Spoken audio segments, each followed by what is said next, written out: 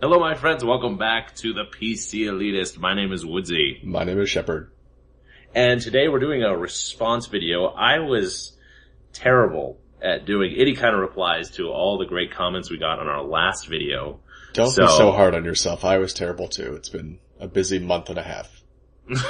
Right. So instead of, a week and a half later going through them all, I thought, why don't we just, do a recording and respond to them all one by one. As many as we could get through, before this gets too long. But are you ready just to get into it? Let's do it. Alright. The very first comment we got on the last video. Who is the most special commenter? Go ahead.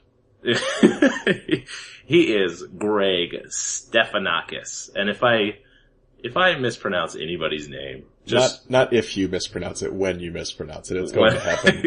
It will happen, exactly. Yes. He says, my most recent disappointments have been with some IGF winners. I played both Cart Life and World of Goo after I knew they had done really well at IGF, and was just immediately confused and turned off by them. Perhaps I'm making the wrong assumption that an IGF is a stamp of approval for something I must play. Or maybe my internal barometer for what is valuable about games is off. I'm not sure. I like you guys. So, he likes us. Well, and that's why we love him too. Right. My first response, I have not played either of those games, but with regard to treating a reputable critic, so to speak, even if it's a convention or a governing body in gaming, and governing body is a bit of a heavy-handed term to use in gaming, but I think that that's actually a good thing. You start playing games that are highly touted by a group or organization, editorial, for example, if you say, I generally like all the games that PC Gamer reviews as high, I think you get a sense of how your beliefs and how your tastes line up with theirs.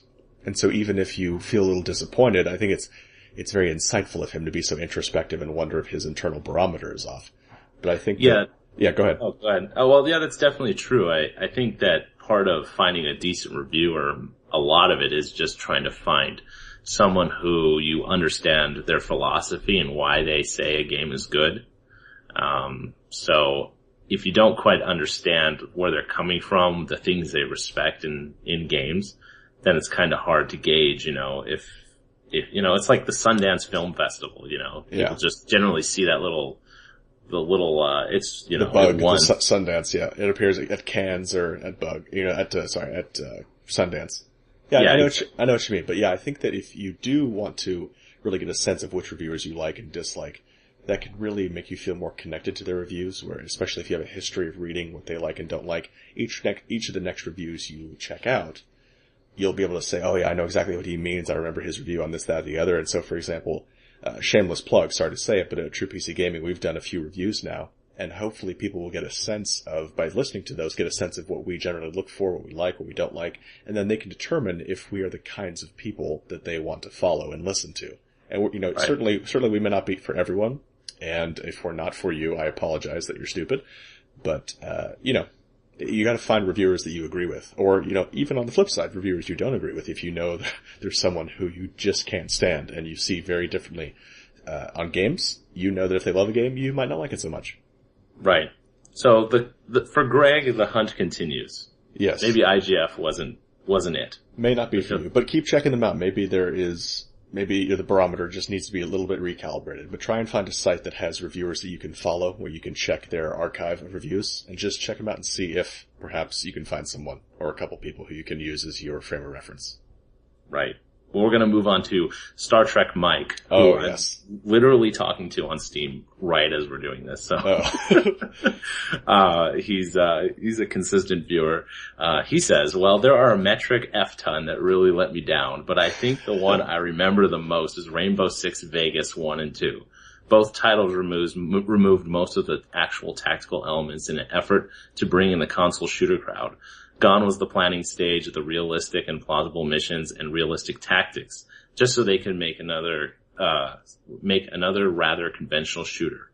Remember, Vegas 2 has an attack helicopter as a final boss. Yeah, that shit is nonsense. Well, if you don't mind me hopping in first again, first and foremost, Star Trek Mike, massive applause for using a metric F-ton. The extra 200 pounds you added in there really lets me know how serious you are with that comment. But I didn't play Vegas 2, but Rainbow Six Vegas, the first one, I was also very disappointed, especially because it was hyped in and of itself. But it's Rainbow Six. There's a history, there's a lineage there of tactical accuracy that I just did not feel. It felt very, sticky corners, the third person. It felt like a bit of Gears of War. It didn't feel like a Rainbow Six game to me. And I was pretty let down. And I just remember thinking the game looked beautiful, but did not play beautiful. I know that I'm kind of fear subtitles now when there's a series I really like. So you really like Rainbow Six, and then it's Rainbow Six Vegas. So you just know they're preparing you for, hey, we're going to change the game a lot, so don't expect anything. Whenever they add a colon to the title, you should be worried. That means that there were some designers who had some very strong opinions in the room, and they said, no, your ideas won't make it into this game. But you know what? We'll make an offshoot. We'll give you a colon, name it whatever you want, and that's your trash heap of all of your ideas. Okay, so we're gonna move on to Zanriel James. He says, BioShock Infinite, too short, terrible ending. That and The Secret World. Buggy quests, terrible character models, and the deck building style of ability selection was more annoying and frustrating than anything. Finally, Star Wars The Old Republic, Champions Online, and DC Universe Online all ended up trying too hard to copy WoW. So there's one for me in there, there's one for you in there. Yeah, basically. The other three haven't played. Why don't you go ahead and take that one first? BioShock Infinite, it was... Well, you know what? I played it on hard, which seemed to extend the game quite a bit, but it was short because there was a lot less world to explore, like I did in the review over at TruePCGaming.com. It is a much more linear game. I know, one of our reviewers beat it in an evening, or a day. That's pretty short. Yeah. So, terrible ending. I actually like the ending. Though it is one of those endings where I can understand it's going to be hit or miss for people. So, I understand when someone says it's a terrible ending. Yeah. But you played The Secret World. What'd you think of? I did. I didn't play it for very long, so granted, take what I say right now with a grain of salt, but I agree with the combat. I was so excited reading about the game, reading about it in PC Gamer and then other outlets just kind of getting hyped for it, particularly the skill building system and that massive pile of hundreds of skills that you can pick and choose and customize. But I just felt it was very flat. The fact that, for example, you have one of your characters in the very beginning has a shotgun and you fire it by pressing the numerical keys, like it's an attack rotation in WoW. Right. It was just so disappointing. The visuals, the sound, the voice acting, the community were annoying. I just found everything about it annoying. And I tried to check myself that the first time I played it, I thought, am I, being irritable? What's going on here? Because I was so excited for it. But I completely agree. That game was hyped pretty significantly. They really wanted to get you hooked into the backstory of the three factions and which one will you choose. It really is, they wanted to give you a personality test that told you which faction you'd line up with. And you can pretty easily draw stereotypical generalizations for which type of person would fit in which category. Right. So, clearly I chose Templar because I'm just that kind of guy.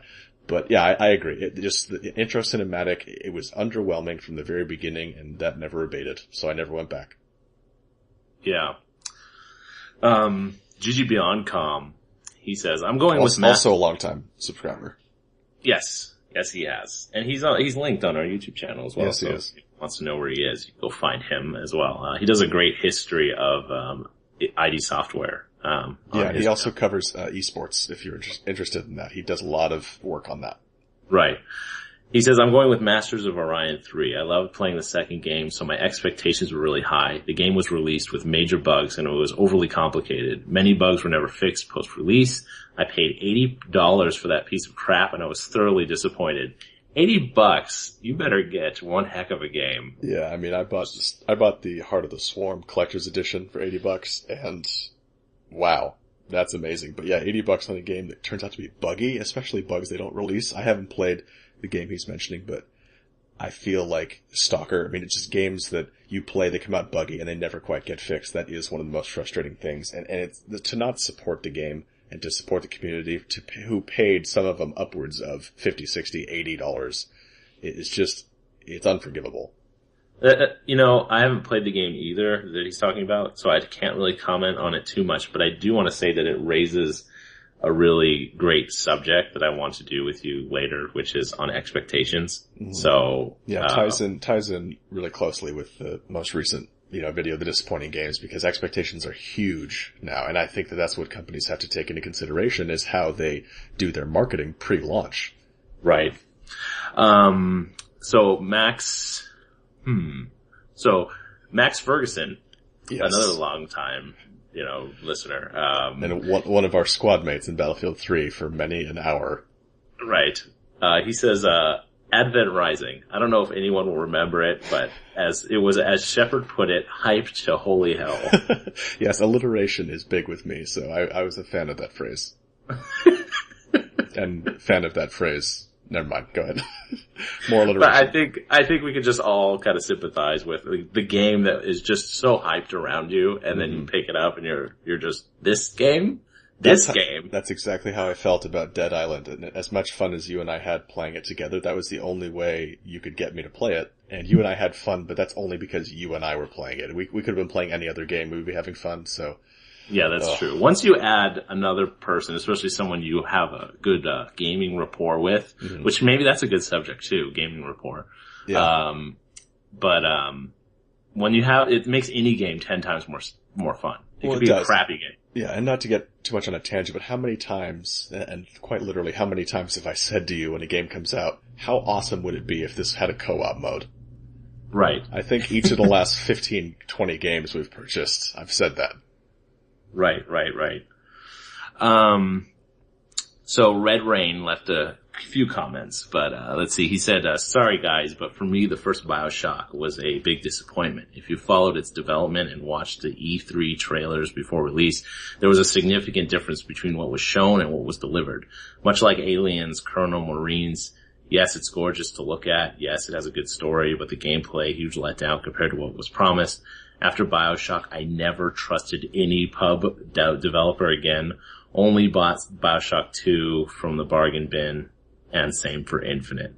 He got Infinite in the bargain bin? I think that means he's planning to once it hits the bargain bin, which may take a while given how it's scoring 90 plus on every single metric. Yeah, you know what? It's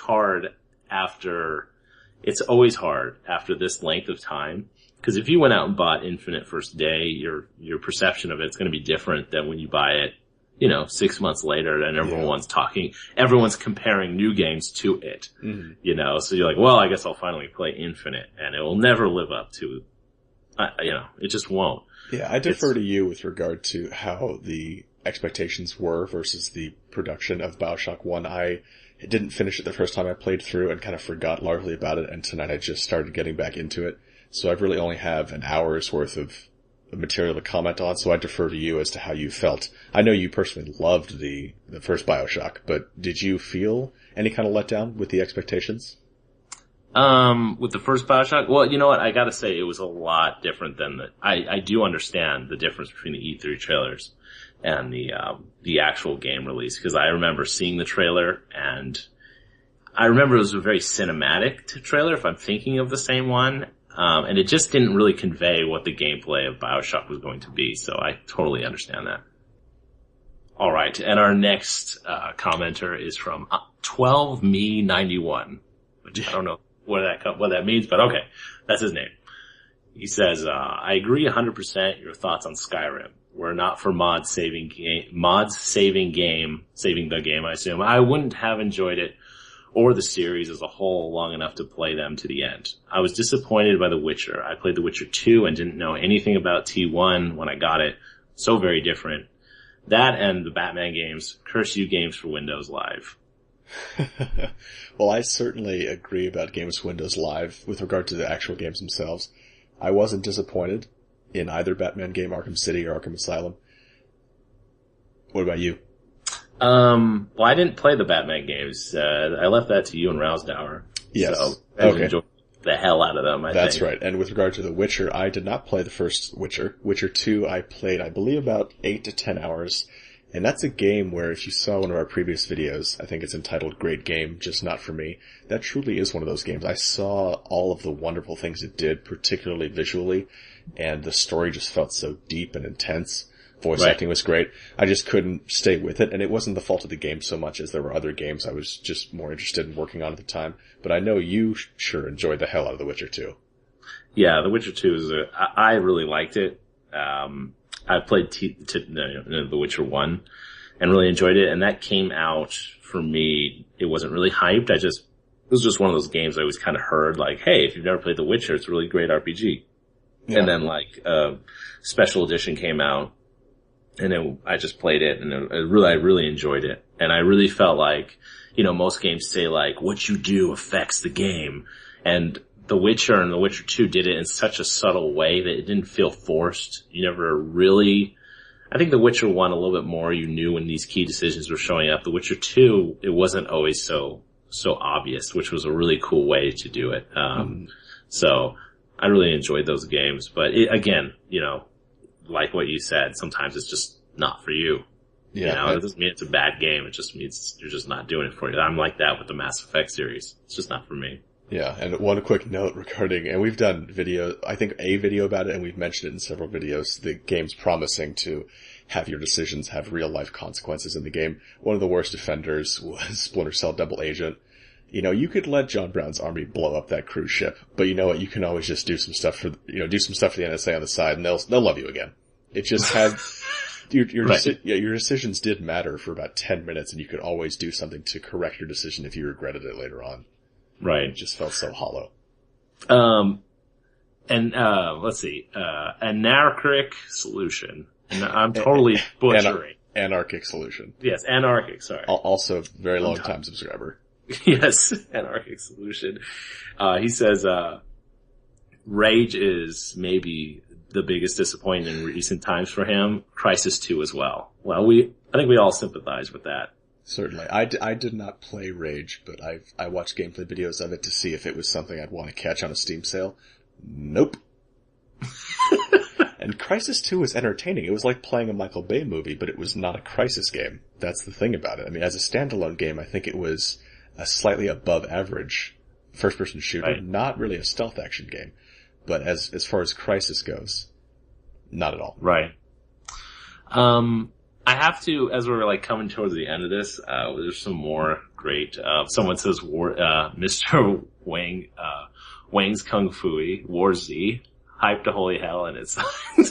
Oh, yeah, I love that I still get emails from them talking about their most recent issues with hackers who have infiltrated their network, and oh man, I won't say those poor guys, because not that they brought it on themselves, they brought all the vitriol on themselves. But the cybercrime, not so much. But yeah, that game, I remember you and I were on the golf course talking about how awesome that game was going to be, and just how quickly that changed. We played the game, we enjoyed the hell out of it. We moved around in a group of 3 or 4. We had that amazing experience, which we should just turn into a video one day. I wish we recorded it. We'll just have to tell the story of when you and I approached the overpass and how that went down.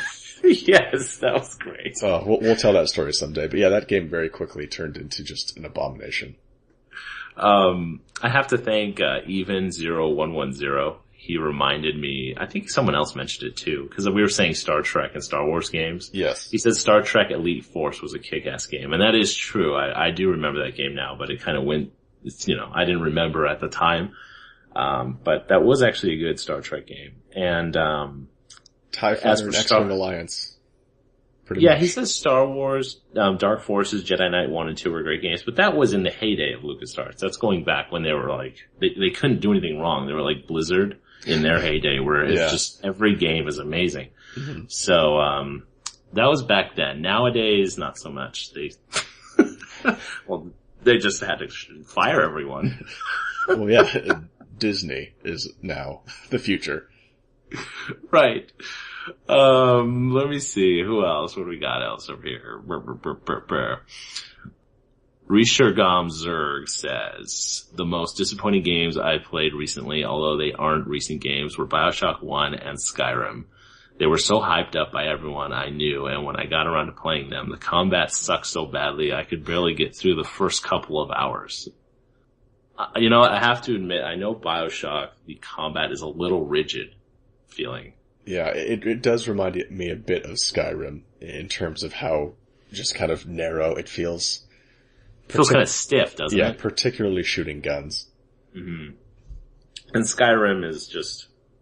That's always been my problem with the Elder Scrolls series since Morrowind, is just the combat is just so friggin' bland. Yeah, just kind of... Go ahead. I was going to say, put the combat of Mountain Blade Warband in, and it wouldn't be perfect, but it would certainly be much more worthwhile. Right. I have to just do a shout out to Need More Loot because he even watches and comments on our reviews over at True PC Gaming. Yes, he does. That guy has become kind of a whirlwind of participation in our channel since he subscribed a little bit ago. So certainly, I fully support the shout out there. We really appreciate when people get heavily invested in our content. Not just the recent videos, going back and commenting on old stuff, also checking out our stuff that's exclusively over at True PC Gaming, which we don't put on the channel.